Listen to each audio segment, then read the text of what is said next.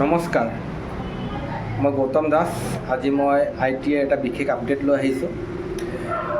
যিসকল ছাত্ৰ ছাত্ৰী ইতিমধ্যে দশম আৰু দ্বাদশ শ্ৰেণী উত্তীৰ্ণ হৈছে, যিসকল ITI পঢ়িবলৈ ইচ্ছুক, আমাৰ অসম ITI ডিব্ৰুগড়ত এডমিশ্যনসমূহ খোলা হৈছে। অফলাইন যোগে এডমিশ্যন চলি আছে।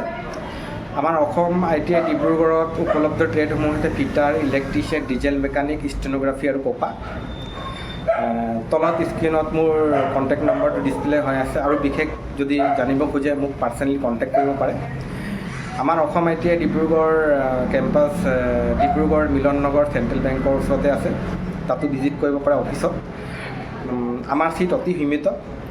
যিসকল ছাত্ৰ ছাত্ৰীয়ে ITI পঢ়িবলৈ ইচ্ছুক, অতি সোনকালে যোগাযোগ কৰক অসম ITI ডিব্ৰুগড়ত।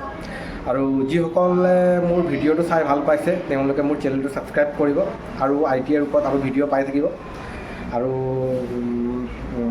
কমেণ্ট দিব পাৰে বা ভিডিঅ' লাগিলে। ধন্যবাদ।